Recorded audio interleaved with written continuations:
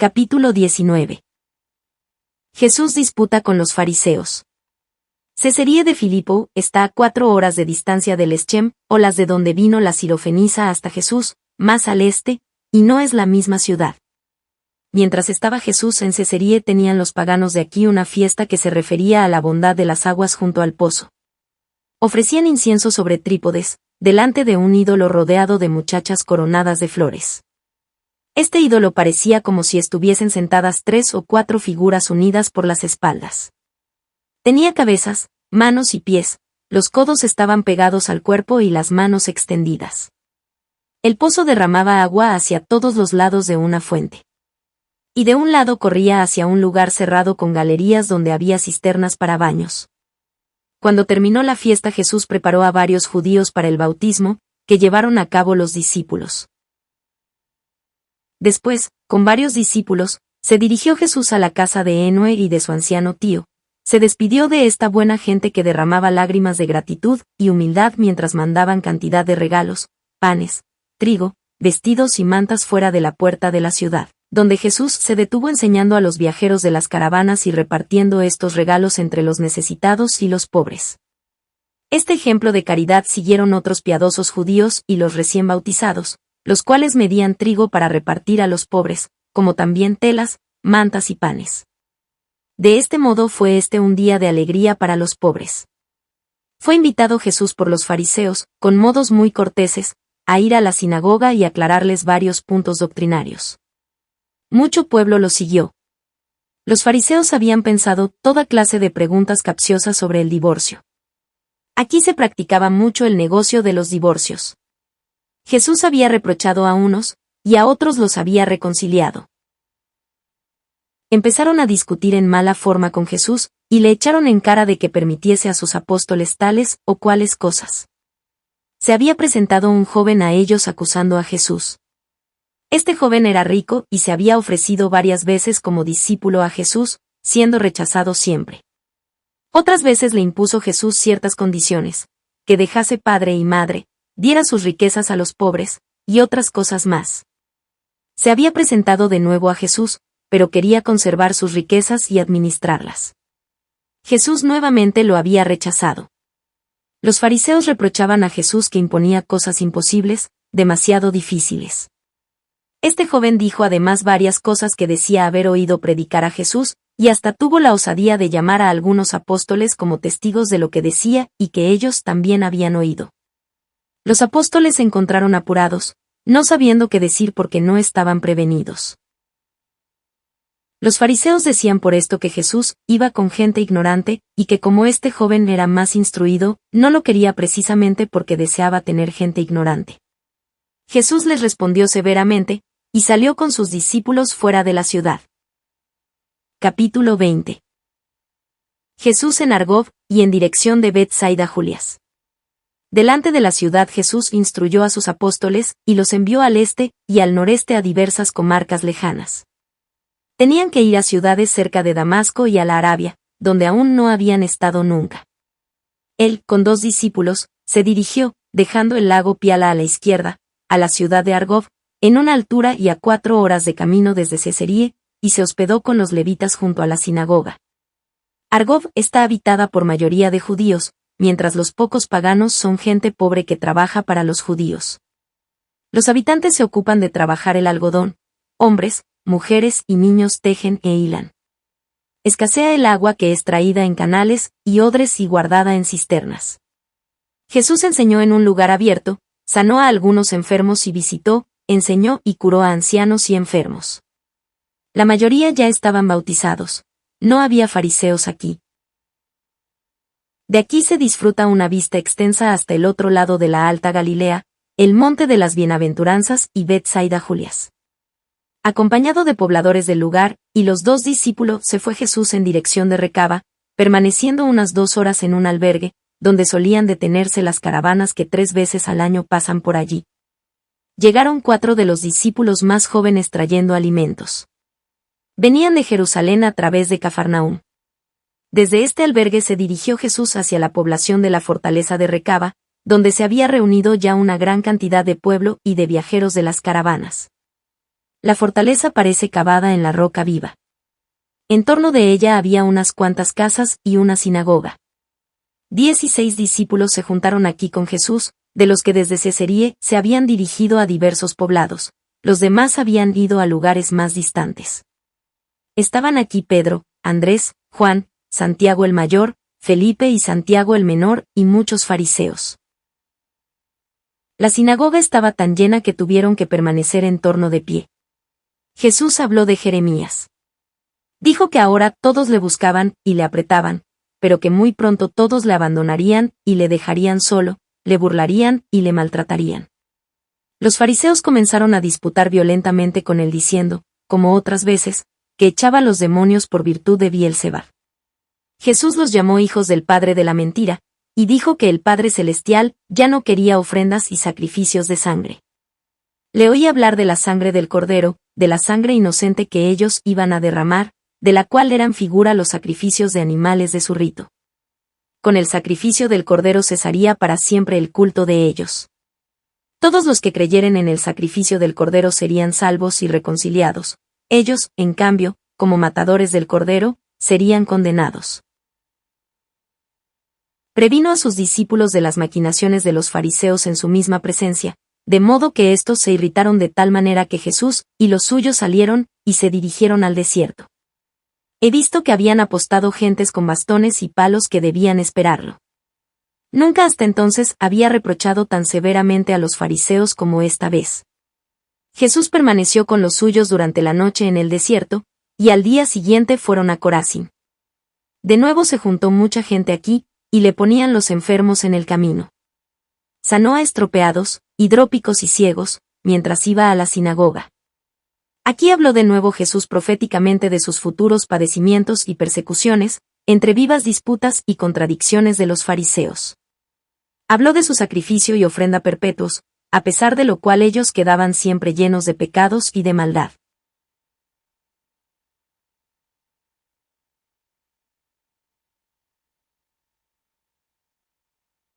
Habló del cabrón emisario que ellos suelen cargar con los pecados de todos en Jerusalén y echar al desierto.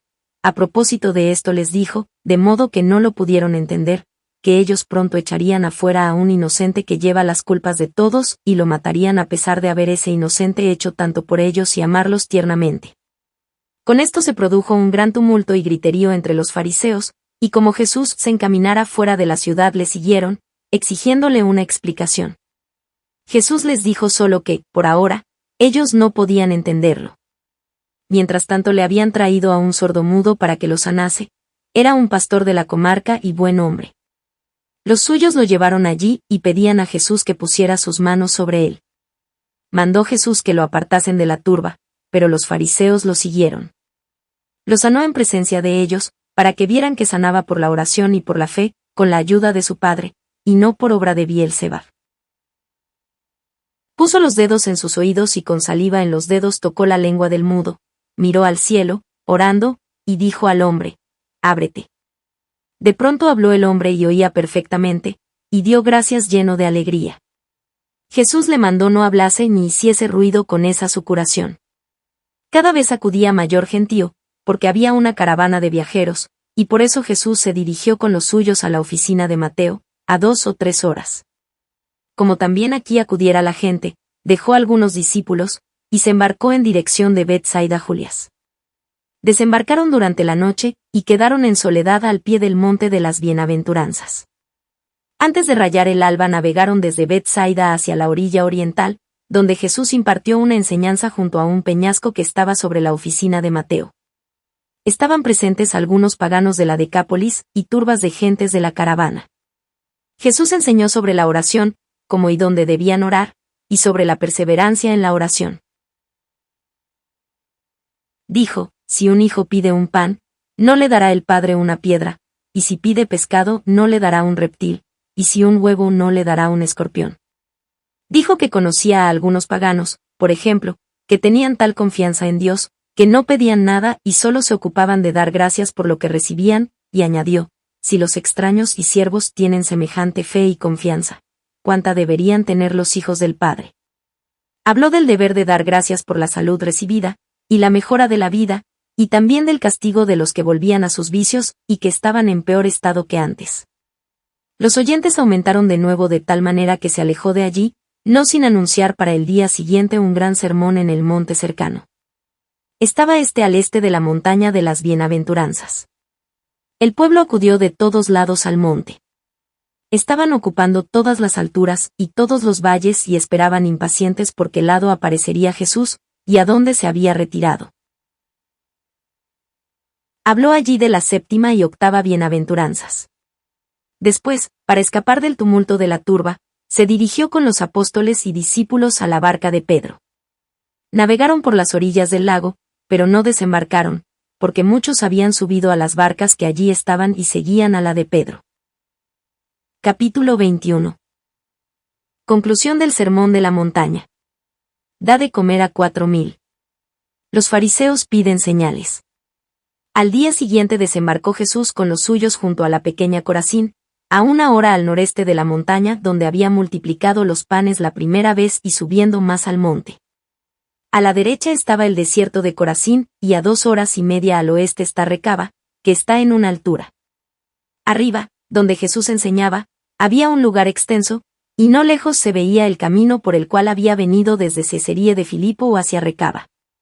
El lugar era frecuentado, servía de descanso, con restos de cercos y bancos de piedra sobre los cuales solían los viajeros hacer su comida. Por lo demás, era desierto. Abajo había valecitos y matorrales donde pastaban los asnos y otros animales de carga. Las gentes estaban arriba y seguían acudiendo allí en gran cantidad. Aquí terminó Jesús su gran sermón de las bienaventuranzas, llamado el Sermón de la Montaña. Hablaba con fuerza conmovedora. Habían acudido muchos extranjeros y paganos, la mayoría sin mujeres ni niños, serían unas 4.000 personas. Hacia la tarde se detuvo. Dijo a Juan que la gente hacía 3 días que le seguía y que ahora pensaba despedirlos, pero que no se las debía dejar desfallecer de hambre. Juan observó: estamos en un lugar desierto y para procurar pan la distancia es demasiado grande. ¿No convendría que les juntemos bayas y frutas que aún han quedado colgadas de los árboles? Jesús le dijo que preguntara cuántos panes tenían. Contestaron: 7 panes y 7 peces pequeños, aunque en realidad vi que los peces eran largos como un brazo.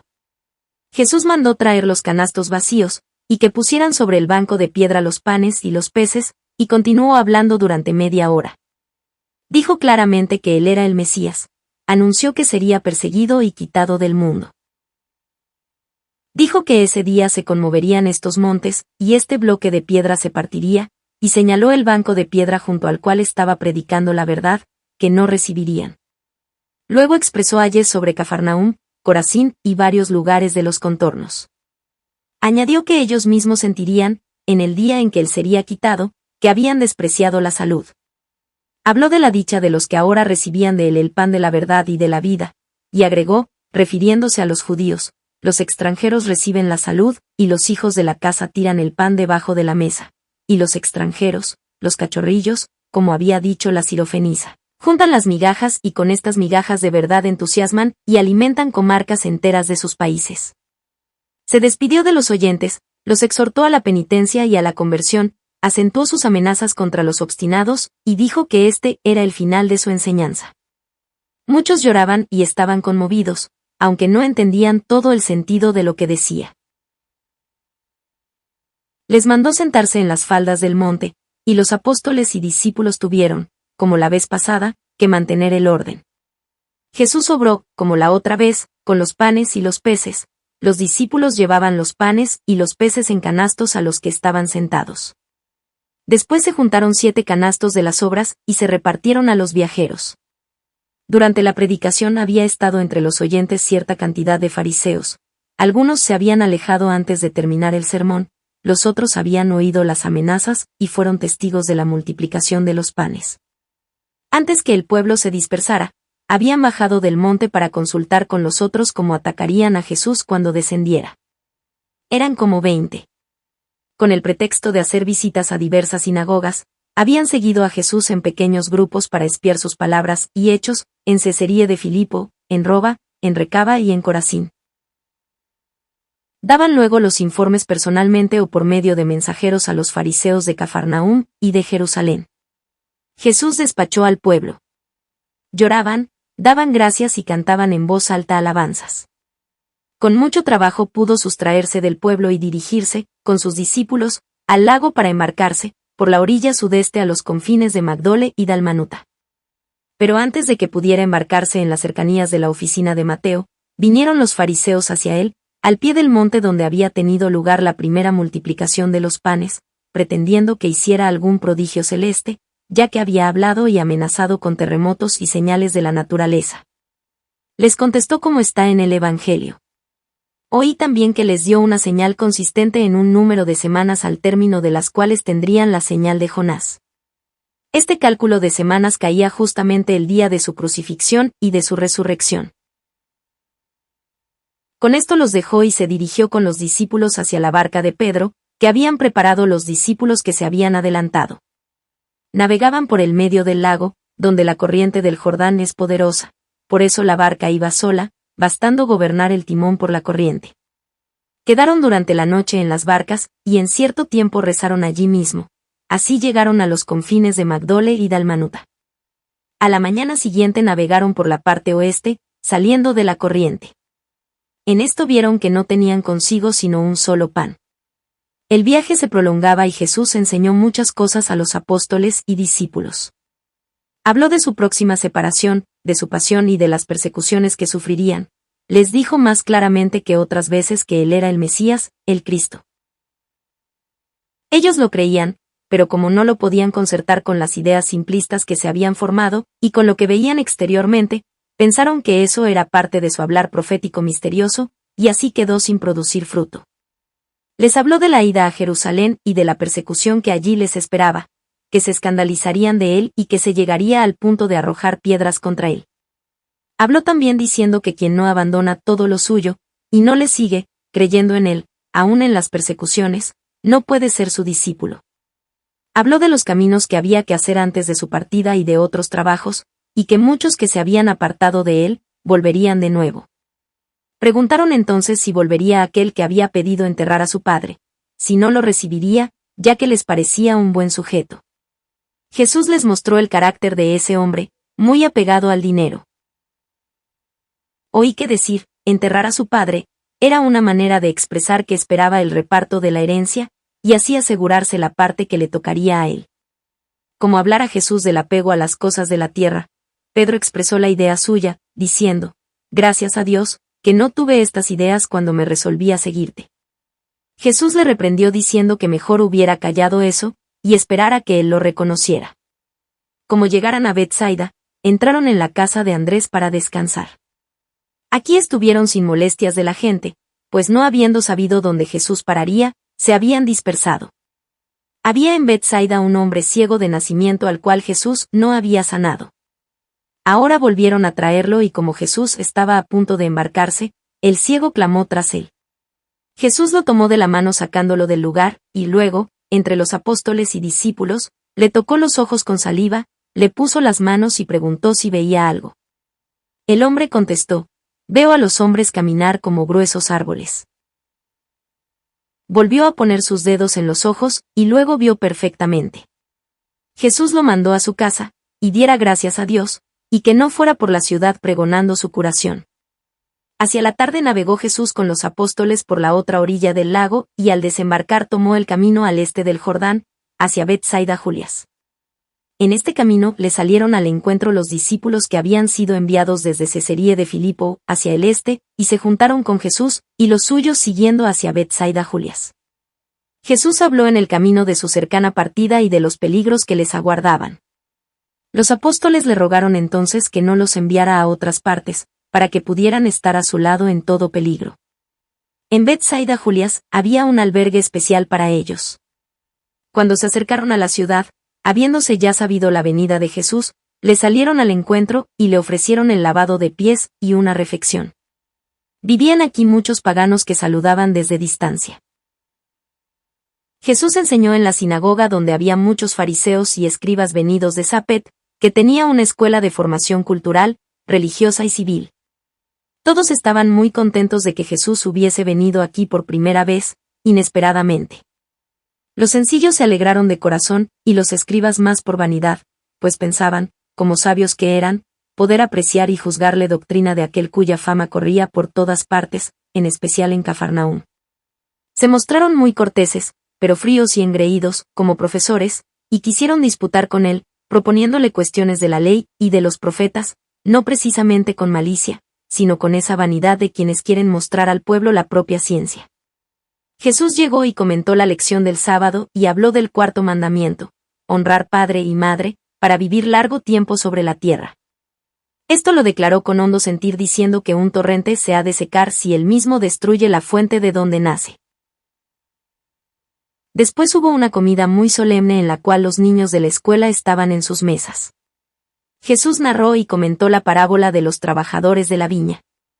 La ciudad de Julies es una población nueva, aún no terminada, muy hermosa, edificada al estilo de los paganos con arcos y columnatas.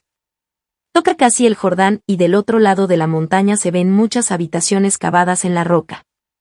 Cuando Jesús, después de haber enseñado de nuevo en la sinagoga, caminaba alrededor de la ciudad, le siguieron los habitantes preguntándole cuál era la verdadera enseñanza y qué debían hacer. Él les dijo que no seguirían su enseñanza aun cuando la declarase, que solo preguntaban por curiosidad, y que si su doctrina ya la habían oído en los lugares donde predicaba, querían, acaso, una nueva doctrina. Su doctrina ya la había declarado en la sinagoga. Caminaron con él hacia sus posesiones y jardines, donde estaban edificando con piedras y maderas, y hablaban ponderando las nuevas construcciones. Jesús les enseñaba en parábolas, de los que edificaban sobre arena, y luego sobre piedras, y de la piedra angular que desechan los edificadores, y como después sus construcciones se derrumban. Sanó en este camino a muchos enfermos, baldados e hidrópicos y a algunos mentecatos. Desde Betsaida Julias caminó Jesús con los 12 y unos 30 discípulos, acompañado de gente de la ciudad, hasta el lugar donde el Jordán se echa en el lago Merem, a la población llamada Sogame, a 1 hora y media de Cesarí. Allí enseñó y curó a varios enfermos. Las gentes se agolpaban y pedían ser adoctrinados. Jesús enseñó y sanó a algunos enfermos hasta la tarde, y luego con sus apóstoles y discípulos desanduvo el camino por 1 hora hasta una altura, donde pasó la noche en oración. Capítulo 22. Pedro recibe las llaves del reino de los cielos.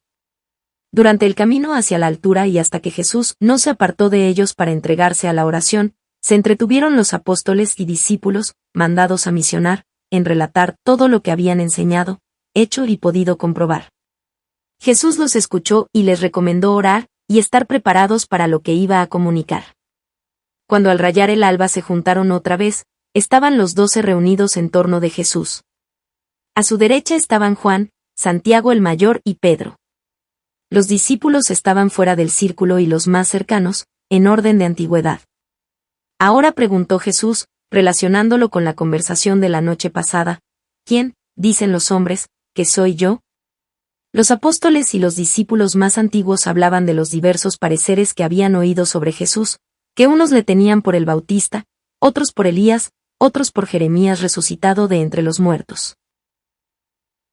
Contaban todo lo que habían oído y estaban en expectativa de su respuesta. Hubo una pausa breve.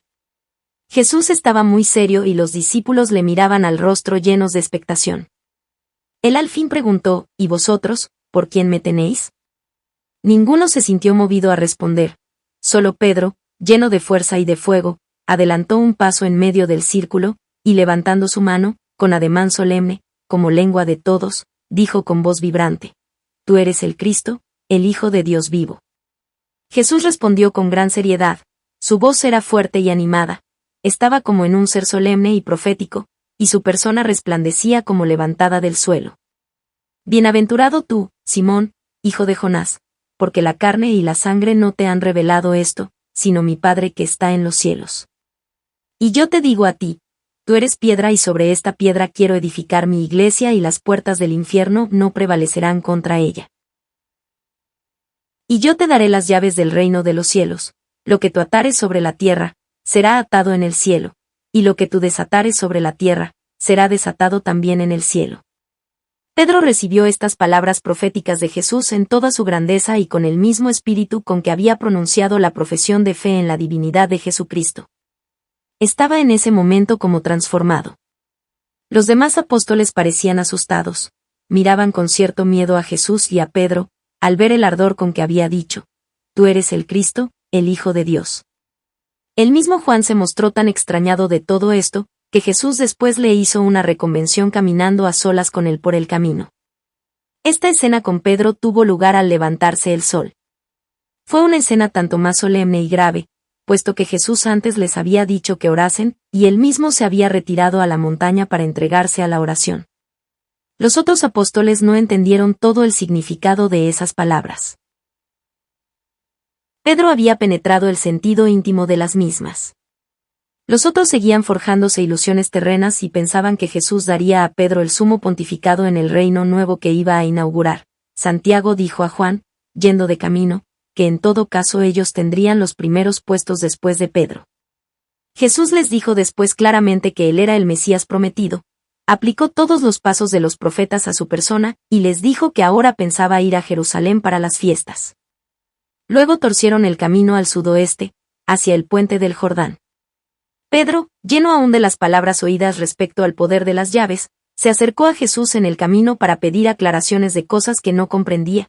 Era tan amante y ardoroso en su obrar que pensó que su oficio comenzaba de inmediato, pues no pensaba ni sabía aún lo que tenía que padecer Jesucristo, ni la venida del Espíritu Santo sobre ellos. Preguntaba por eso si en este o aquel caso podía perdonar los pecados. Habló de la situación de los publicanos y de los adúlteros. Jesús lo tranquilizó, diciéndole que entendería todo más tarde, que las cosas serían diferentes de lo que pensaba él, que vendría otra ley. Durante el camino Jesús les iba diciendo lo que estaba por suceder, que irían ahora a Jerusalén, que comerían la Pascua en casa de Lázaro, y que aún les esperaban muchos trabajos, fatigas y persecuciones. Les anunció muchas cosas futuras en general, como resucitaría a uno de sus mejores amigos, que este hecho suscitaría tanto escándalo que él tendría que huir y ocultarse, que después de un año volverían a ir a la fiesta, que uno de ellos le había de traicionar, que lo maltratarían, azotarían, burlarían y le darían muerte ignominiosa, que él debía morir por los pecados de los hombres, y que al tercer día resucitaría. Les dijo todas estas cosas con claridad, las atestiguó con los profetas, les habló con gran seriedad, pero lleno de bondad.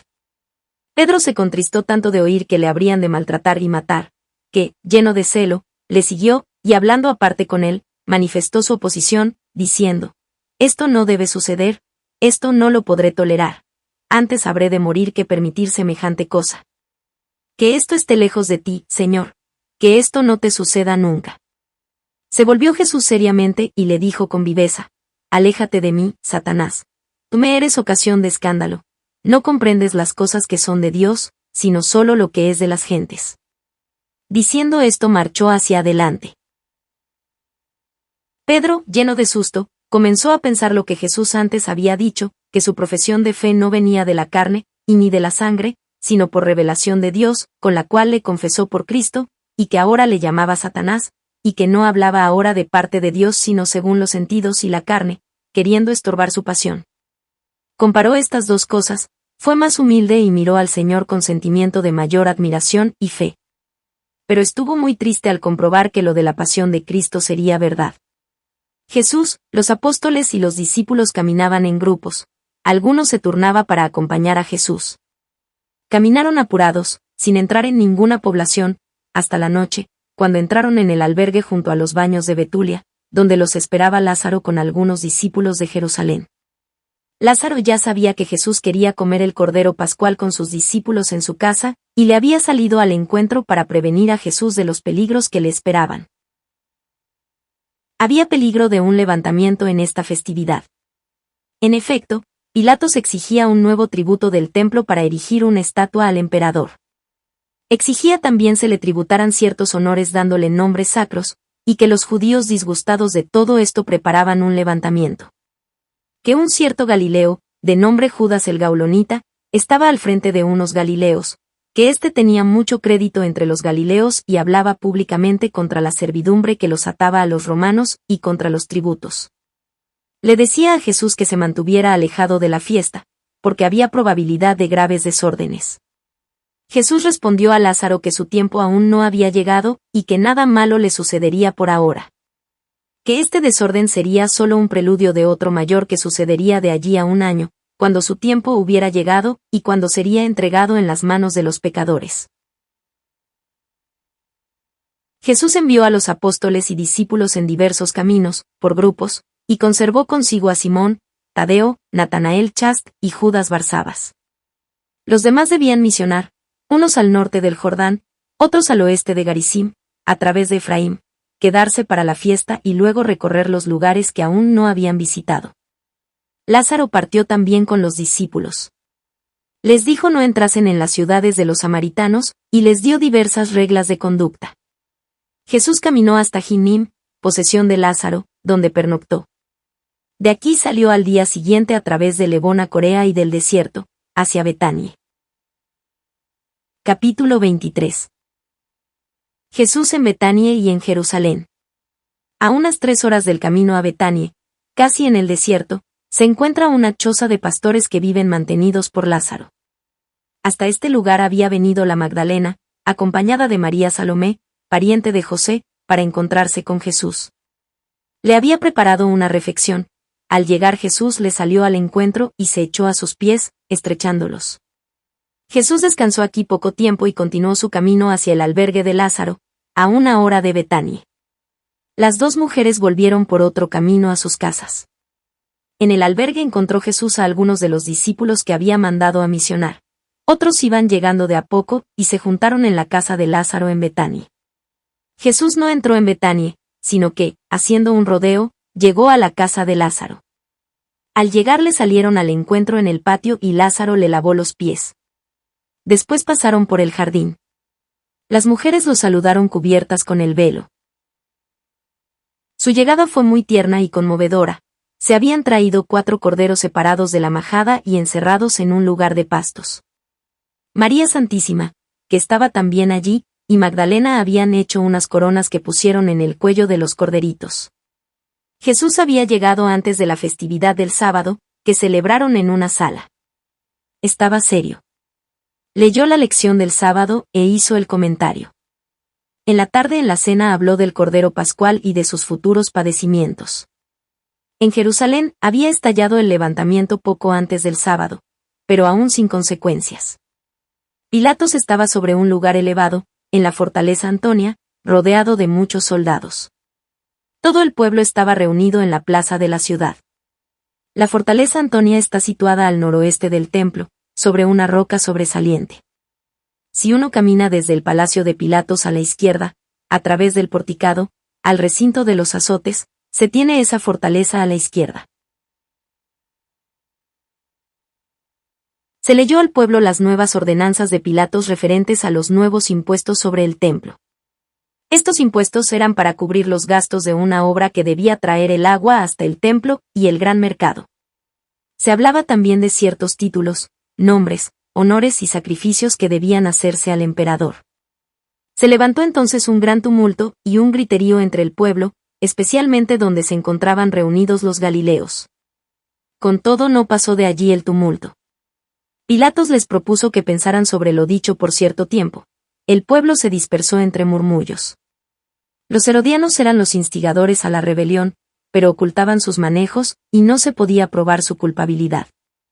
Tenían en sus manos a Judas el Gaulonita, jefe de una secta de Galileos, que siempre protestaba contra los tributos al César y la pérdida de su independencia, pretextando motivos de religión. Era entonces, como ahora con los masones y otras sociedades secretas, que levantan al pueblo ignorante que no sabe siquiera quién los guía y luego suele pagar con su sangre tales revueltas. El día de sábado enseñó Jesús en casa de Lázaro y pasearon por los jardines. Jesús habló de su pasión y dijo más claramente que él era el Mesías. Un cierto aumento de temor reverencial y de admiración se despertó en todos. En Magdalena el arrepentimiento y el amor creció en medida extraordinaria. Sigue a Jesús por todas partes, se sienta a sus pies, se levanta y en todas partes le espera y le busca. Solo en Jesús piensa, Mira solo a Jesús, y no quiere saber más que de su Salvador, y del recuerdo de sus culpas y extravíos. Jesús le dice con frecuencia palabras de consuelo. Magdalena está totalmente cambiada.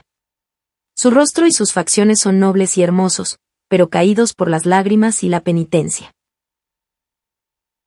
Con frecuencia está en su pequeño cuarto de penitencia. El resto del tiempo lo emplea en los trabajos más bajos con los enfermos y los pobres. Por la tarde hubo una gran comida.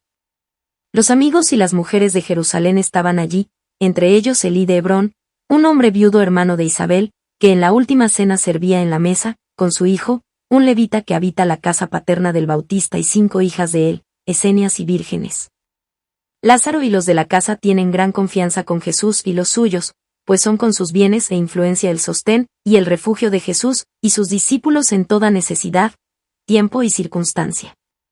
Al día siguiente salió Jesús hacia las 10, con sus apóstoles y discípulos, en número de unos 30, dirigiéndose al templo de Jerusalén a través del huerto de los olivos y opel. Todos vestían de color castaño oscuro, de algodón ordinario, como era costumbre entre los galileos. Jesús llevaba una ancha faja con letras. No llamaba la atención, pues era frecuente ver grupos de galileos ir en esa forma al templo. Está cercana la fiesta y hay grandes instalaciones de chozas y tiendas en torno de la ciudad, y se ven llegar multitudes de todos lados del país. Jesús habló en el templo a sus discípulos y a mucho pueblo por espacio de 1 hora. Había diversos sitiales instalados desde los cuales se solía enseñar. Todos estaban tan preocupados con las nuevas imposiciones de Pilatos y el arreglo de la cercana fiesta, que ningún sacerdote o fariseo molestó a Jesús, por lo menos de los principales. Solo algunos de menor categoría se aproximaron a Jesús, y con malicia le dijeron cómo se atrevía a acercarse al templo y cuánto tiempo aún seguiría, que pronto le echarían manos y terminarían con su predicación. Jesús les dijo algunas cosas que los avergonzó y continuó enseñando. Luego volvió a Betania, y por la noche al huerto de los olivos, a rezar. En este día se verá otra gran multitud reunida en el mercado delante de la fortaleza Antonia para hablar con Pilatos. Pero éste ya sabía a qué venían, pues tenía espías y soldados suyos disfrazados entre la turba. Los herodianos habían asusado a Judas el Gaulonita y a los de su secta a una rebelión. Estos se presentaron muy atrevidos a decir a Pilatos que abandonase su idea de imponer tributos al templo. Como hablaban con descaro y atrevimiento, Pilatos mandó cercarlos y tomar presos a unos 50 de ellos, pero el pueblo se amotinó y los libertó, y más tarde se dispersó. En esta refriega murieron algunos judíos inocentes y algún soldado romano. La situación se fue empeorando. Herodes se encontraba en Jerusalén. A la mañana siguiente fue de nuevo Jesús con todos sus discípulos al templo. Su venida era conocida y le esperaban en el atrio, donde tendrían que pasar algunas gentes con sus enfermos. En el camino de su vida al templo le trajeron a un hidrópico tendido en su camilla. Jesús sanó a este y a otros en el camino al templo, por eso le siguieron muchos. Cuando iba entrando al templo, donde estaban en preparativos para el sacrificio de la mañana siguiente, llegó a pasar junto al hombre sanado en el estanque de Betesda. Este trabajaba aquí como obrero. Jesús se volvió a él y le dijo: «Has sido sanado, cuida que no peques para que no te suceda algo peor». Le habían preguntado muchos quién lo había sanado en sábado. El hombre no conocía a Jesús y ahora lo veía. Entonces, lo primero que hizo fue ir a los fariseos, que venían en ese momento, a decirles que había sido Jesús el que le había sanado, el mismo que ahora acababa de sanar a otros. Como esa curación había despertado mucha admiración y sido motivo de enojo para los fariseos por haber sido hecha en sábado, encontraron nuevo motivo de rencor contra Jesús, y se reunieron muchos de ellos en torno del sitial donde hablaba, y le objetaron la profanación del sábado. No pasó el tumulto a mayores consecuencias, aunque los fariseos se mostraron muy agresivos. Jesús enseñó en el templo sobre los sacrificios por espacio de 2 horas. Les dijo que su Padre Celestial no quería ya sacrificios de sangre, sino un corazón contrito. Habló del Cordero Pascual como figura de otro sacrificio mucho más perfecto que pronto tendría lugar. Llegaron entre tanto algunos de sus peores enemigos, que se burlaban y disputaban con él, preguntando entre otras cosas si el profeta les quería hacer el honor de comer el Cordero Pascual en su compañía. Él les contestó: el Hijo del Hombre es, él mismo, un sacrificio por vuestros pecados. Estaba aquel joven que había dicho a Jesús que le dejase enterrar primero a su padre, y al cual Jesús le había respondido: deja que los muertos entierren a sus muertos. Este joven había contado estas palabras a los fariseos, y ellos ahora preguntaban qué es lo que Jesús entendía. Decían: ¿acaso un muerto puede enterrar a otros muertos? Jesús les contestó: quien no sigue mi enseñanza, no hace penitencia y no cree en mi venida, no tiene vida en sí mismo, y es un muerto. Quien ama más sus bienes y sus posesiones que su salvación, ese no sigue mi enseñanza y no cree en mí, no tiene vida en sí y está muerto. Estos son los sentimientos de ese joven, pues él quiso primero entenderse con su anciano padre, reclamando herencia y pensión. De este modo está atado a muertas riquezas, y no puede ser heredero de mi reino ni de la vida. Por este motivo le había dicho que dejase a los que son muertos entenderse con los muertos y enterrarlos, y que él buscase la vida. Con esta ocasión Jesús continuó reprochándole su avaricia y apego a las riquezas. Cuando luego dijo a los suyos que se guardasen de la levadura de los fariseos, y les contó la parábola del rico Epulón y del pobre Lázaro, se levantó entre los fariseos un gran tumulto, y Jesús tuvo que desaparecer entre las turbas y salir, de otro modo lo hubiesen tomado preso. Los 4 corderitos que debían ser comidos por 4 grupos de convidados en la casa de Lázaro, en Betania, que eran todos los días lavados y adornados con coronas nuevas, fueron esta tarde llevados a Jerusalén. Cada uno tenía una tarjeta con el nombre y señal del dueño de la casa en la corona, en torno del pescuezo. Eran de nuevo lavados y llevados a unos prados con cerco, no lejos del templo. Todos los convidados de Lázaro hacían hoy sus purificaciones. El mismo Lázaro traía el agua que se necesitaba para preparar los panes dulces, e iba con un sirviente a las habitaciones de sus convidados. El sirviente le hacía luz y él barría los rincones cumpliendo una ceremonia, mientras los criados y criadas lavaban, limpiaban y preparaban los cacharros y recipientes para los panes dulces. Esto era el barrido de la levadura. Simón, el fariseo de Betania, ya estaba con Jesús, parecía que la lepra le invadía, ahora está más limpio. Sigue a Jesús, pero no está resuelto. El hombre sanado en Betesda corrió también a Betania para verse con Jesús. Contaba en todas partes a los fariseos que el que le había sanado era Jesús. Los fariseos se reunieron y determinaron tomar preso a Jesús y terminar de una vez con él. He visto a Jesús con frecuencia caminar por el huerto de los olivos con los suyos, y a María con Magdalena y otras mujeres seguirles a cierta distancia. He visto a los apóstoles sacar algunos granos de trigo para comerlos, como también frutas y bayas de los árboles. Jesús les habló de la oración, que se guardasen de la vanidad e hipocresía en la oración, y repitió varias enseñanzas. Les dijo que debían estar siempre, sin interrupción, en la presencia de Dios, su Padre, y Padre de ellos, en la oración. Capítulo 24. Cena pascual en casa de Lázaro. En esta fiesta no se inmoló el cordero pascual en el templo tan temprano como en la crucifixión de Jesús, cuando se comenzó a las 12:30, hora en que Jesús estaba clavado en la cruz. Entonces era el viernes, y se empezaba antes por razón de entrar ya el sábado. Hoy empezó a eso de las 3 de la tarde. Se tocaron muchas trompetas. Todos se dispusieron y la gente se dirigía en grupos al templo. La ligereza y el orden con que se procedía era admirable. Todos estaban agrupados unos junto a los otros y nadie se molestaba. Cada uno tenía su camino para ir y venir, para sacrificar y cumplir su deber. Los 4 corderos para la casa de Lázaro fueron sacrificados por los 4 que hacían como jefes de casa: Lázaro, Elí de Hebrón, Judas de Barsabas y Eliaquim, hijo de María Elí y hermano de María Cleofás. Los corderos eran sujetos a un asador de leño con otro atravesado como una cruz, y colocados parados en el horno para asarlos. Las entrañas, corazón e hígado se ponían dentro del mismo cordero sacrificado, en otro se ponían delante junto a la cabeza.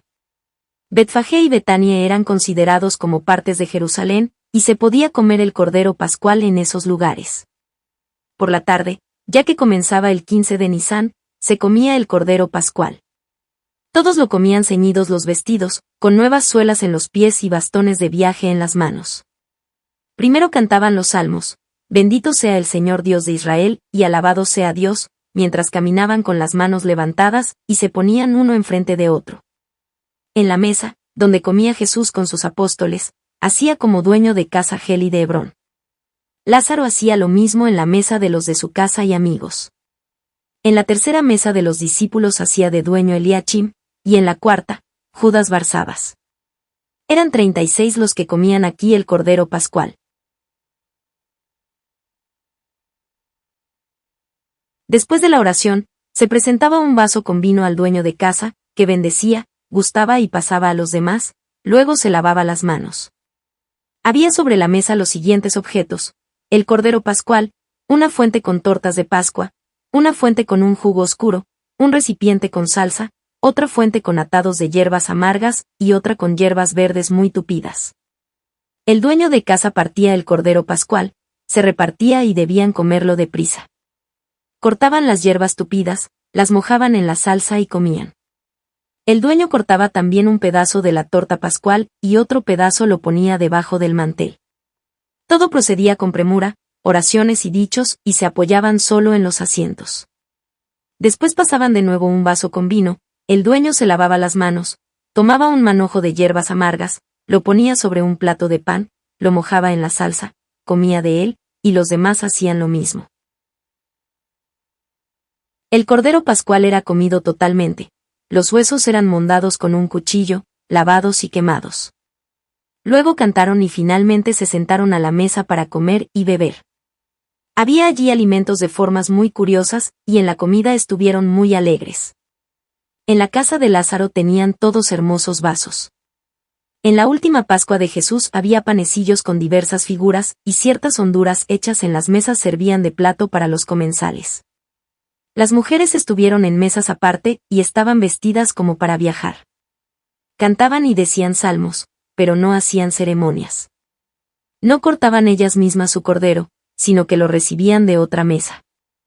En las salas de al lado he visto que comían también su Cordero Pascual muchos pobres a los cuales Lázaro les costeaba los gastos, llenándolos de regalos.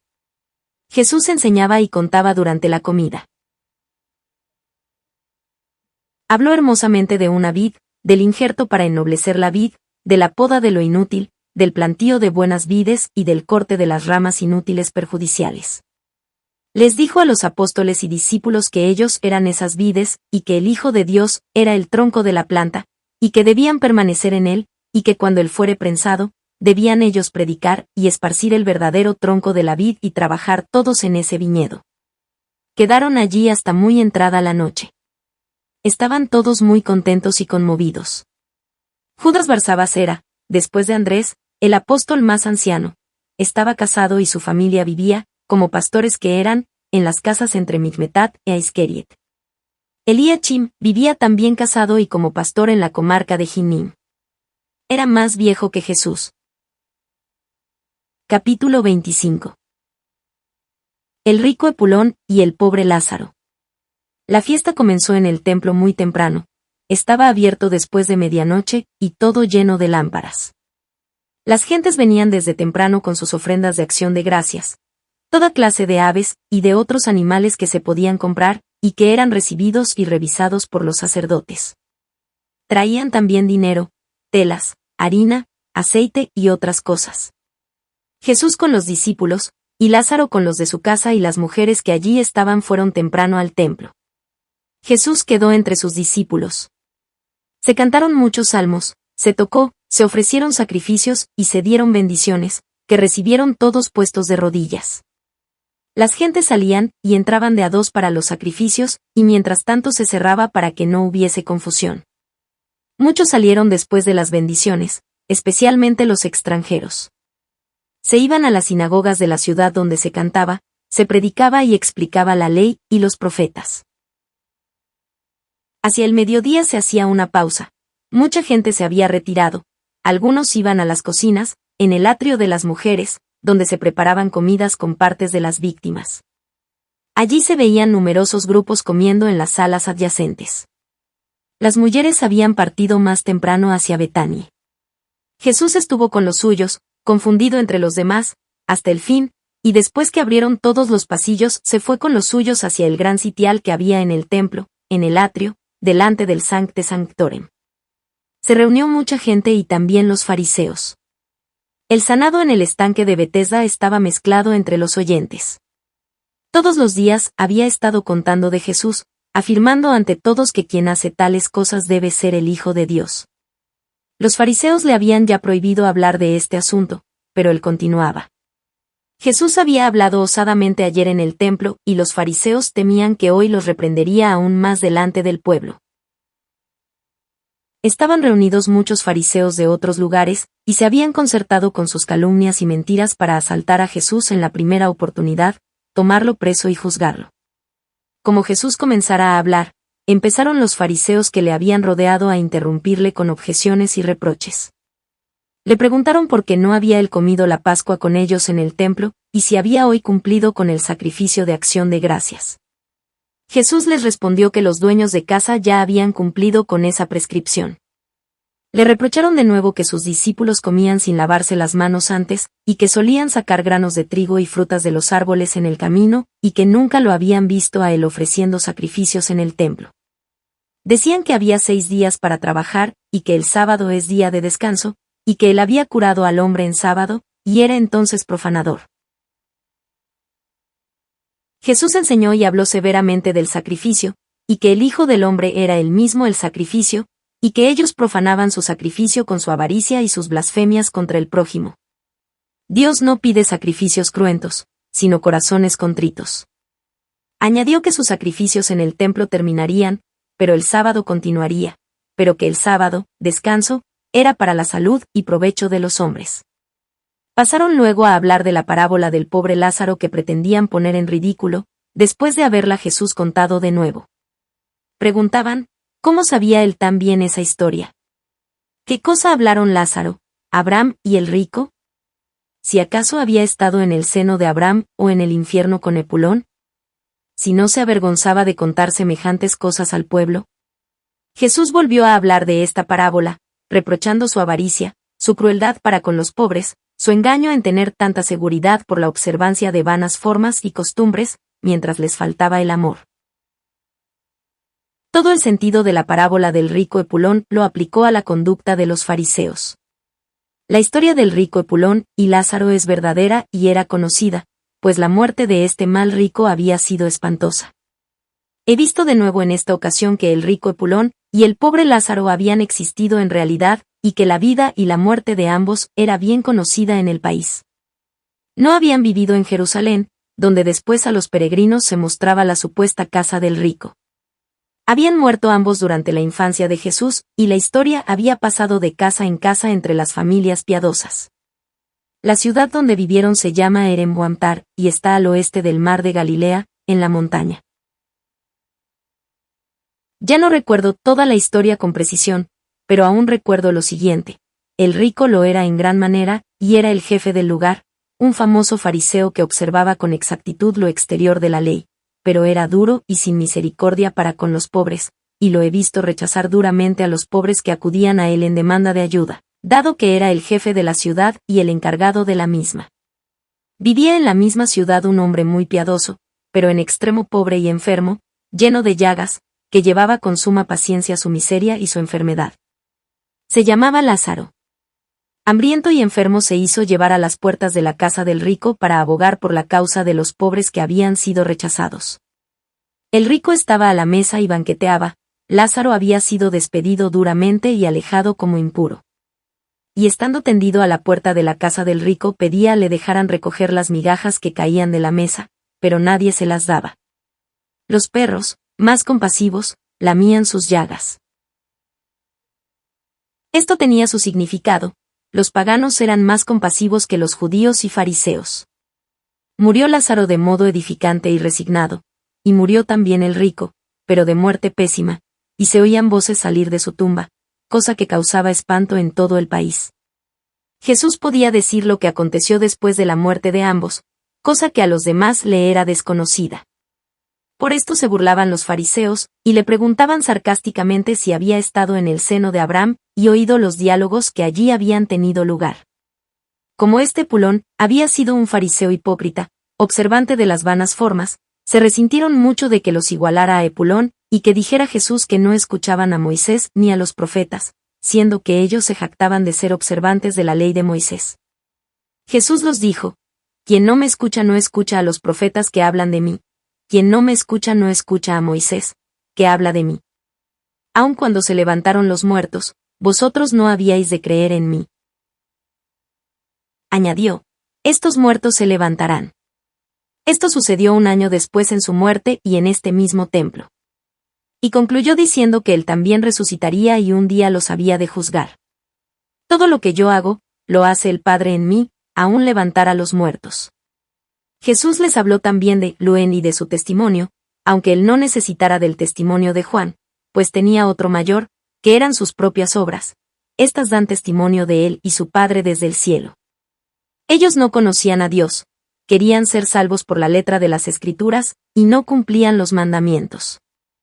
No os juzgaré yo, será Moisés el que os condene, en el cual no habéis creído, aunque él ha escrito de mí. De este modo continuó Jesús enseñando entre muchas interrupciones. Por último, se vieron tan confundidos y llenos de ira que se fueron contra él y, haciendo tumulto, mandaron a buscar las guardias para que se apoderasen de Jesús. De pronto se oscureció todo y alzando Jesús sus ojos al cielo, dijo al ver crecer la confusión: Padre, da testimonio de tu Hijo. Vino una nube oscura del cielo, se oyó como un trueno y oí una voz penetrante en el templo: Este es mi Hijo querido, en el cual tengo mis complacencias. Los enemigos quedaron aterrados y miraron a lo alto.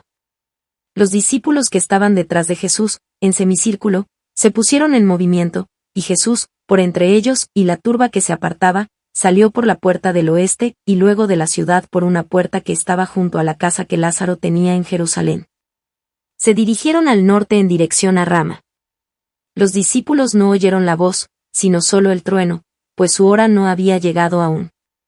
Algunos de los más encarnizados fariseos oyeron la voz. Cuando volvió la luz, no hablaron del caso, salieron de allí y enviaron gente a perseguir a Jesús, pero ya no lo pudieron hallar. Se irritaron y se avergonzaron de haberse dejado sorprender y de no haberlo prendido. En las enseñanzas de estos días en el templo y en Betania, habla Jesús con frecuencia de seguirle a él y de llevar la cruz. Quien pretende salvar su vida, la perderá; quien la sacrifica por causa mía, la ganará. ¿Qué le aprovecha al hombre ganar todo el mundo, si pierde su alma? Quien se avergüenza de mí, delante de este mundo perverso y adúltero, de él se avergonzará el Hijo del Hombre cuando venga en la majestad de su Padre, para dar a cada uno según sus obras. Dijo una vez que había algunos entre los oyentes que no gustarían la muerte hasta que vieran el reino de Dios en toda su fuerza. Algunos se burlaron de estas palabras. Yo ahora no sé explicar el significado de esto y lo que Jesús quiso decir. Las palabras que yo oigo del Evangelio son siempre lo principal de lo que Jesús decía, pero aquí se declara todo mucho más, y así lo que en el Evangelio se lee en un par de minutos era tema de enseñanza de varias horas. A Esteban, el futuro diácono, lo veo ya relacionado con los discípulos. En esa fiesta en que Jesús sanó al hombre en el estanque de Betesda, conoció a Juan, y lo vi frecuentar mucho la casa de Lázaro. Es un joven esbelto, discípulo de los escribas de la ley. Había estado con varios discípulos de Jerusalén en Betania y oía allí las enseñanzas de Jesús. Capítulo 26. Jesús en Atarot y en Hadad Rimón. Desde Rama fue andando Jesús con sus discípulos hacia Tenat Silo, junto a Sicar. Como todos los fariseos estaban en Jerusalén por cuestión de la fiesta, Jesús fue recibido muy bien en esta población. Solo quedaron aquí sin ir a la fiesta los viejos, hombres y mujeres, los enfermos y niños pequeños y los pastores para guardar el ganado. En Rama y en Tenat Silo he visto a la gente ir en procesión a través de los campos de las mieses maduras y cortar allí haces para llevarlos enarbolados en palos a las sinagogas y a sus casas. Jesús enseñaba por los campos y en la ciudad de Tenat Silo, donde pernoctó, hablando de su próximo fin. Los exhortaba a todos a venir a él para encontrar consuelo, y habló de un corazón contrito que es el sacrificio más acepto a Dios. Desde Tenat Silo fue Jesús a Atarot, al norte del monte, junto a Meros, donde los fariseos le habían traído una vez a un muerto para que le diera salud. Este lugar está como a 4 horas al norte de Tenat-Silo. Jesús llegó hacia el mediodía delante de Atarot, y enseñó en una montaña delante de la ciudad a donde le siguió mucha gente, viejos, enfermos, mujeres y niños. No temiendo ahora a los fariseos salieron todos los enfermos pidiendo salud y consuelo. En Atarot, estaban tan irritados los fariseos contra Jesús que habían mandado otra vez cerrar las puertas de la ciudad cuando él se acercaba a ella. Enseñó aquí severamente, y habló con amabilidad al pueblo contra la malicia de los fariseos. Habló claramente de su misión, de su Padre Celestial, de la persecución que llevarían contra él, y también de la resurrección de los muertos, y del juicio y de la necesidad de seguirlo a él. Sanó a muchos enfermos, baldados, ciegos, hidrópicos, a niños enfermos y a mujeres. Los discípulos le habían preparado un albergue junto a Atarot, en casa de un maestro sencillo, un anciano que vivía en medio de unos jardines. Se lavaron los pies, tomaron alimentos y fueron para la fiesta del sábado a la sinagoga de Atarot. Aquí se juntó mucha gente venida de diversos lugares, y todos los sanados. Un fariseo anciano y encorvado presidió la reunión y trataba de imponerse a la gente, aunque de por sí era una figura ridícula. Se leyó acerca de las impurezas legales y de la lepra y sobre la multiplicación del pan y del trigo por medio de Eliseo y la curación de Naamán, 3 Moisés, capítulo 12, 14 y 4 Reyes, 4, 42 hasta 5, 19. Jesús habló largo tiempo y volviendo su mirada hacia donde estaban las mujeres, llamó a una viuda muy encorvada llevada por sus hijas, que no pensaba siquiera en pedir su salud. Estaba enferma desde hacía 18 años, y tan encorvada hacia adelante que casi habría podido andar sobre las manos. Al traerla las hijas delante de Jesús, éste dijo, «Mujer, te veas libre de tu enfermedad», y pasó las manos en la espalda de la enferma.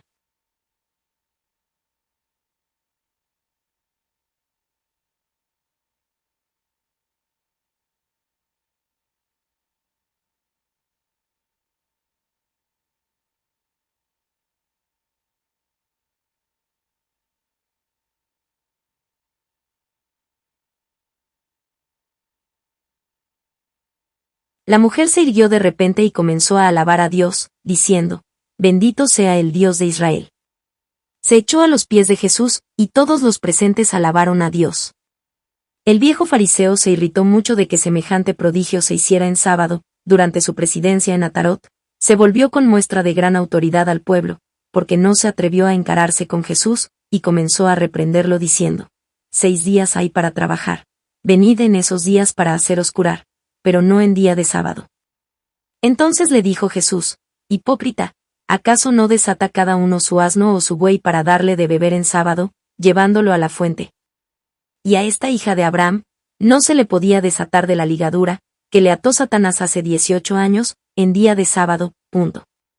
Se avergonzó el viejo encorvado y con él toda su banda. La gente alabó al Señor, alegrándose de esta maravilla. Era cosa de gran alegría ver a las hijas de esta mujer y a los niños de su parentela en torno de ella tan contentos. Todos se alegraron de su salud, porque era una señora rica, querida y estimada. Era risible, en cambio, ver al encorvado fariseo, que en lugar de pedir salud para sí mismo, aún se irritaba de ver curada a la mujer enferma. Jesús continuó hablando del sábado y habló severamente, como en el templo cuando le reprocharon la curación del hombre en el estanque de Betesda. Pernoctó en la casa del maestro de escuela de Atarot, y al día siguiente estuvo en la casa de la mujer curada, que servía la comida a muchos pobres y hacía mucha limosna. Terminó el sábado en la sinagoga y se dirigió a unas horas de camino al albergue de Ginim. Caminó al día siguiente por unas 8 horas con sus discípulos hacia el norte, en el valle de Esdrelón, a través del torrente Quizón, a Adar Rimón, en dirección a Endar, Jezrael y Naim, que dejó a su derecha. Rimón está como a 1 hora al este de Megiddo, no lejos de Jezrael y Naim, y a unas 3 horas al oeste del Taber, cerca de Nazaret. Es una ciudad importante, de mucho movimiento, pues aquí pasa un camino real desde Tiberíades hacia la costa del mar. Jesús se hospedó fuera de la ciudad. Enseñó en el camino a pastores pobres y a enfermos. Habló de la caridad fraterna, recomendó el amor a los samaritanos y a todas las gentes y explicó la parábola del buen samaritano. En Hadad Rimón enseñó especialmente de la resurrección de los muertos y del juicio. Sanó a enfermos. Llegó una multitud que se había alejado de Jerusalén en su busca a la distancia de un día de camino. Los apóstoles y discípulos misionaban en los alrededores de la ciudad. Pilatos, un día después de la partida de Jesús de Jerusalén, había prohibido a los galileos revoltosos salir de ahí a ciudad. Muchos de ellos fueron tomados como rehenes en garantía de los demás. Ahora les dio Pilatos permiso de salir de la ciudad y soltó también a los rehenes, dejándolos que ofrecieran sus sacrificios. Pilatos hacía preparativos para su viaje a Cesarea. Los rehenes libertados estaban maravillados de su libertad, y se apresuraron a ir al templo a hacer sus sacrificios, que antes no habían podido ofrecer por haberse hecho culpables. Era costumbre en este día de hacer regalos al templo. Muchos compraron animales y los llevaban para sacrificarlos, otros vendían cosas que no les eran indispensables, y esas monedas las llevaban gustosos al templo. Los más ricos daban a los pobres. He visto 3 diferentes buzones donde ponían sus limosnas. Allí mismo se enseñaba y se rezaba. Otros estaban en la plaza ocupados con sus animales de sacrificio. Había mucha gente en el templo, aunque no rebosaba. He visto en diversos sitios grupos de judíos inclinados, cubiertas sus cabezas con mantos, cero de pie, cubiertos con mantos de oración, y algunos postrados con el rostro a tierra. Judas el Gaulonita estaba entre sus secuaces, junto a la alcancía. Estos galileos eran los que Pilatos había tomado presos y luego soltado. Parte de ellos eran hechura de los pérfidos herodianos y otros pobres engañados. Había muchos de Gaulón, y de Terce y de otros nidos herodianos. Cuando estos hubieron ofrecido su dinero y sus ofrendas, y estaban en sus devociones, y nadie miraba ni se distraía, he visto de pronto deslizarse unos 10 hombres desde varios rincones, sacar unas espadas de un codo de largo de 3 filos, que ocultaban bajo sus mantos, y asaltar y herir a los que estaban descuidados. Se levantó un griterío espantoso y comenzaron los pobres galileos desarmados a huir en todas direcciones. Entonces se levantaron también aquellos que yo había visto postrados con el rostro a tierra. Eran soldados romanos disfrazados, que herían y mataban a cuantos estaban al alcance de sus espadas. Algunos de estos romanos corrieron a las alcancías, las rompían y sacaban el dinero echado adentro. No pudieron sacar todo, pues una buena parte ya estaba en lugar más seguro. Fue tan grande el tumulto que mucho dinero quedó derramado en el templo. Los soldados romanos fueron al mercado de los animales y allí mataron a muchos galileos. He visto a estos soldados romanos salir de todos los rincones y de las ventanas de las casas, saltar, entrando y saliendo. Cuando por el tumulto del templo acudió mucha gente al lugar, muchos de ellos fueron muertos inocentemente, y aún gente que estaba en el atrio y en las tiendas del muro comprando comestibles. He visto a algunos galileos en un oscuro rincón, donde pensaban salvar la vida, habían desarmado a algunos romanos y tenían sus armas. De pronto vino el mismo Judas Gaulonita hacia ellos para salvar su vida allí, pero los demás, creyendo fuera un romano, lo hirieron, y a pesar de que les gritaba que era Judas Gaulonita, acabaron de matarlo. Los trajes que usaban y con que se disfrazaban los romanos eran tales que cada uno se defendía como podía del que encontraba al paso. Esta matanza duró como 1 hora. El pueblo acudió entonces armado al templo, y los soldados romanos se refugiaron en la Torre Antonia y cerraron la entrada. Pilatos había partido y la guardia de la ciudad había cerrado todos los caminos, vista la actitud hostil de los ciudadanos, y prohibía todas las reuniones de hombres. Desde un lado alto del templo he visto en las calles estrechas como las mujeres y los niños lloraban lamentando la muerte de sus maridos o de sus padres.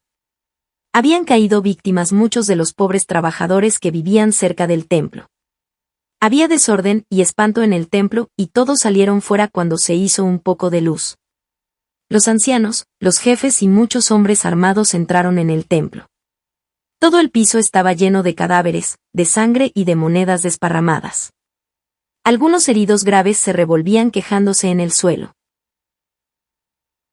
Vinieron entonces los parientes de estos asesinados, y fue un llanto y un clamor general, mezclado con temor y deseos de venganza.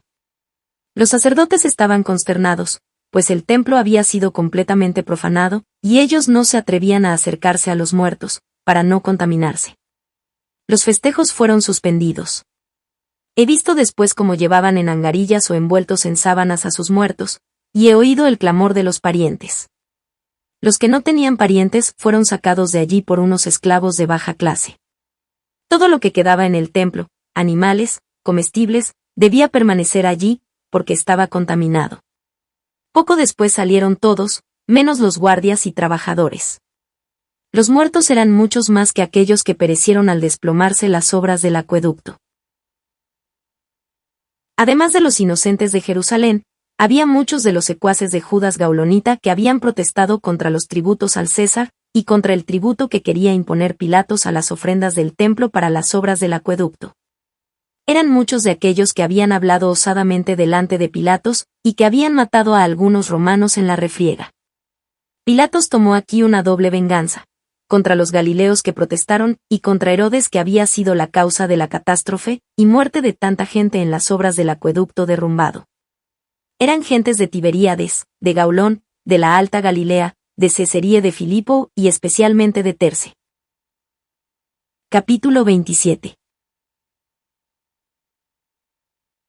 La transfiguración sobre el monte Taber.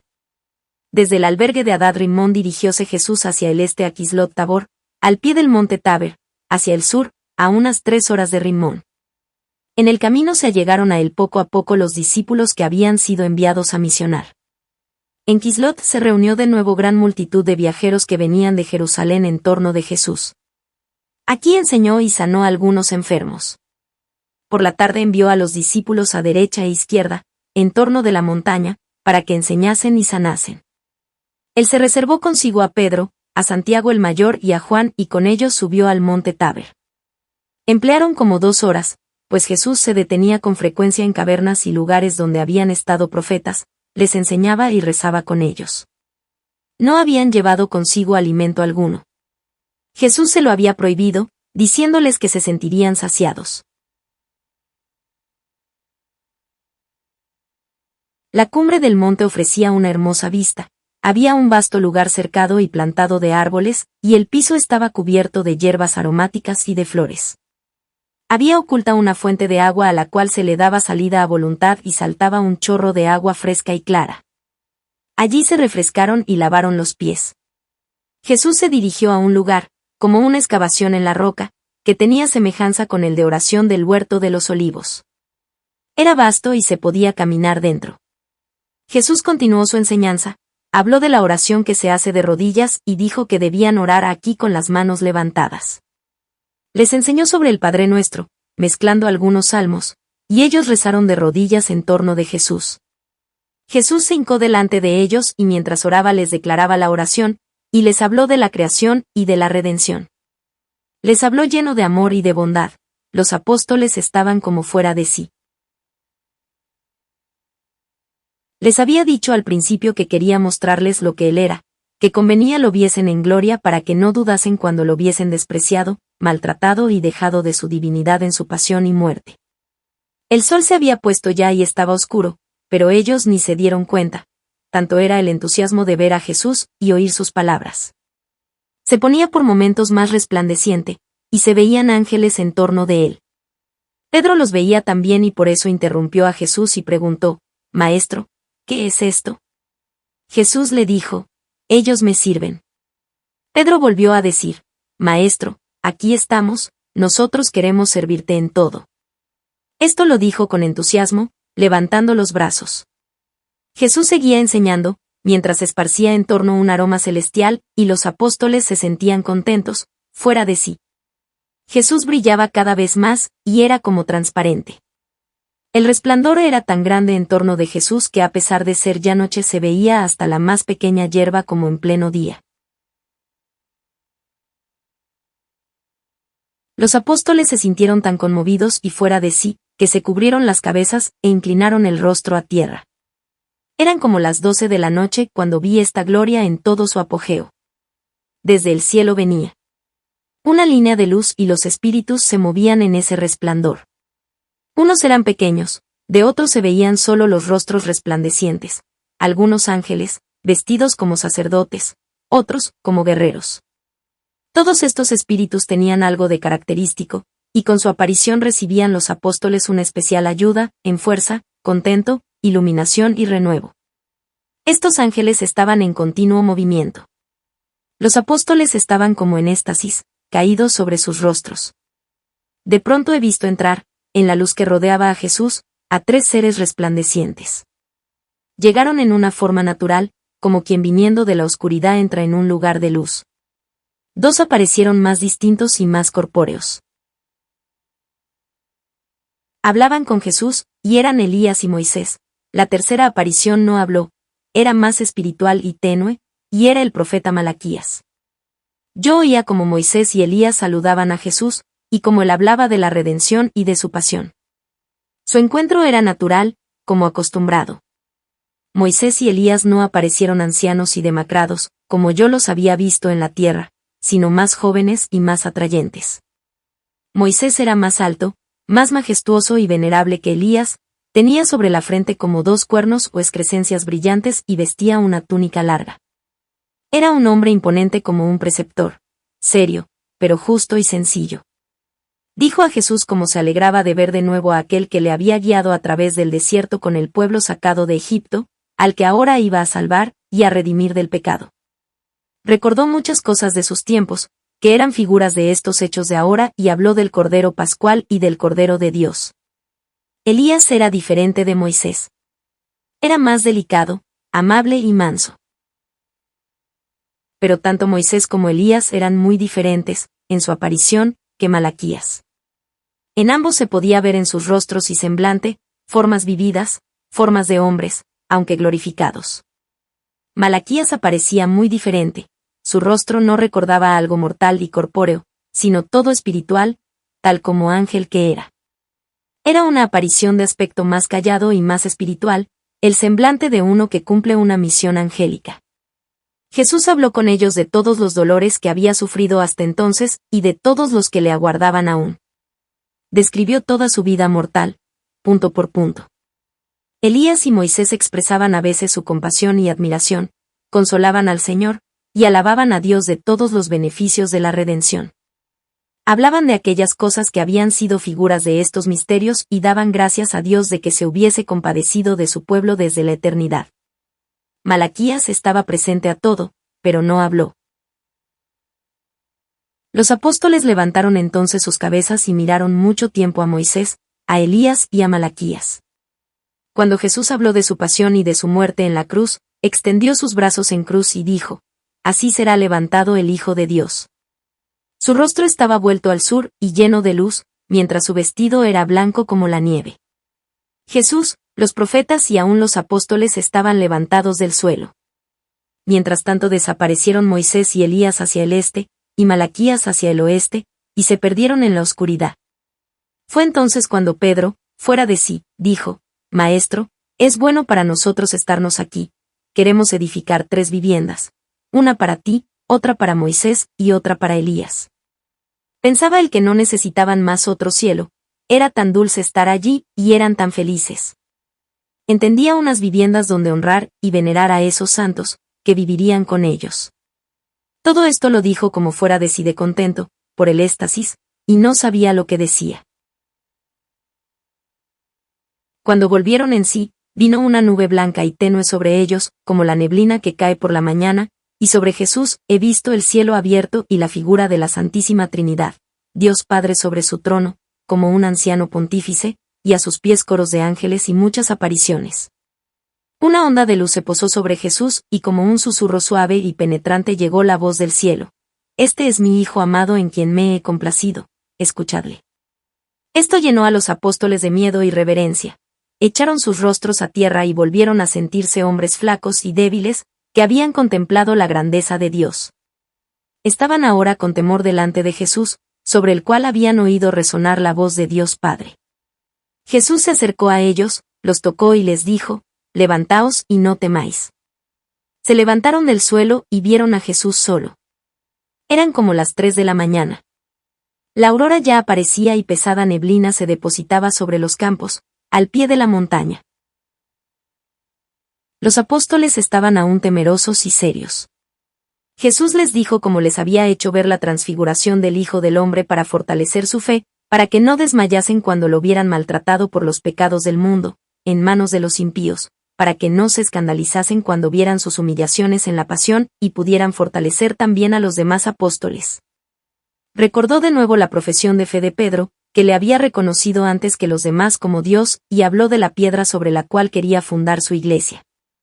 Rezaron aún algún tiempo y con el clarear del día comenzaron a bajar la montaña por el noreste. Mientras bajaban, les mandó que no dijeran a nadie lo que habían visto hasta que el Hijo del Hombre haya resucitado de entre los muertos. Se recordaron del aviso y se mostraron desde entonces más reverentes y pensaban en la voz que habían oído. Escuchad. Sentían pesar y miedo de las anteriores dudas y faltas de fe.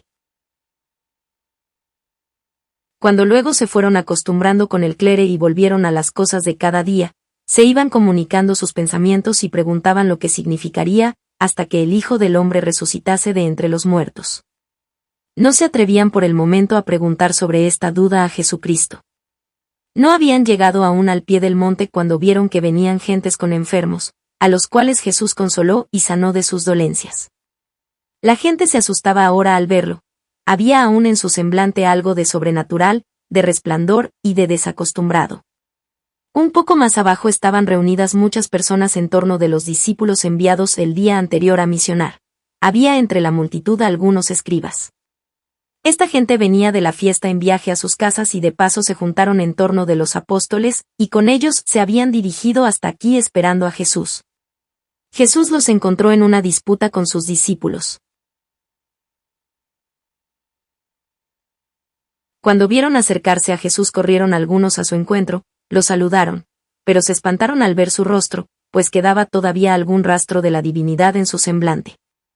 Los otros apóstoles también notaron en la seriedad y temor de los 3 testigos de que algo maravilloso había tenido lugar en el monte.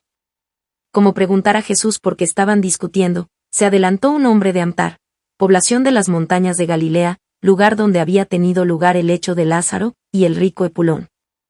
Se echó a los pies de Jesús, y le rogó quisiera ayudar a su hijo único, que era lunático y poseído de un demonio mudo, que lo maltrataba, arrojándolo a veces en el fuego o en el agua, y lo maltrataba de tal manera que le hacía clamar por el dolor. Decía que se lo había presentado en Amtar a sus apóstoles, pero que no lo habían podido librar del demonio, y que sobre esto estaban ahora disputando con ellos y los escribas. Dijo Jesús entonces: «Oh generación infiel y perversa. ¿Cuánto tiempo estaré todavía con vosotros, y por cuánto tiempo os tendré que aguantar aún?» Mandó luego al hombre que le trajese al niño. El hombre trajo a su hijo, al cual había conducido hasta allí, sobre sus hombros, como una oveja. Ahora lo traía de la mano. Al ver a Jesús comenzó a debatirse furiosamente, y el demonio lo echó al suelo. Se retorcía y se agitaba mientras la baba le salía de la boca. Jesús lo mandó a quietarse, y se quedó tranquilo.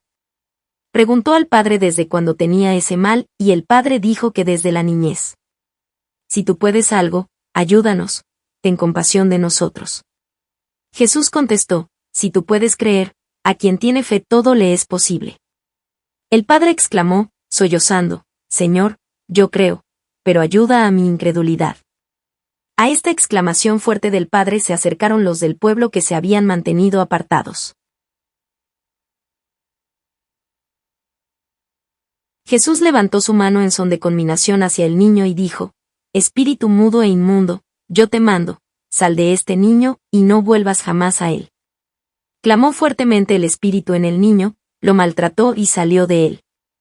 El niño quedó tendido, como muerto, pálido y sin movimiento. Muchos de los presentes dijeron, al ver que no volvía en sí y no lograban hacerlo reaccionar: «Está muerto, y bien muerto».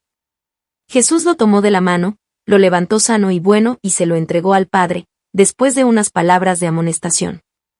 El padre agradeció con lágrimas y con alabanzas, y todos los presentes alabaron al Señor.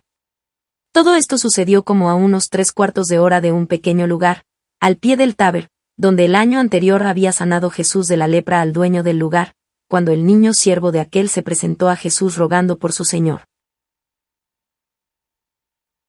Jesús anduvo luego con sus discípulos por delante de Caná, a través del valle de los Baños de Betulia, hasta llegar al pueblo de Dotaim a 3 horas de Cafarnaúm.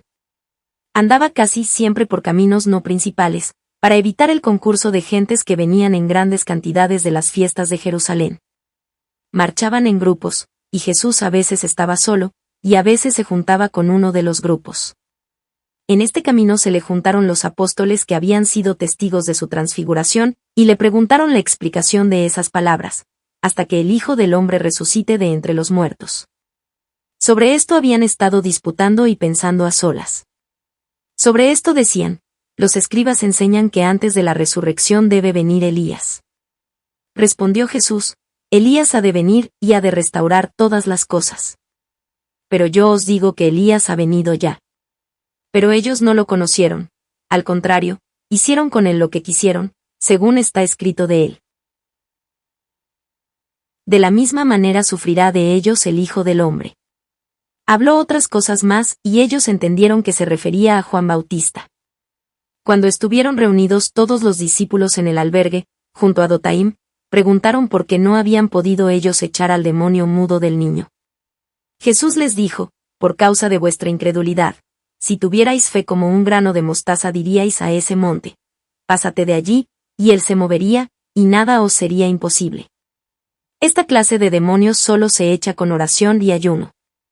Les enseñó cómo debían quebrar la resistencia del demonio, cómo la fe debe animar esta acción, cómo esta fe se fortifica con el ayuno y la oración, en cuanto que se le quita dentro de sí la fuerza al enemigo que se quiere echar del cuerpo de los demás.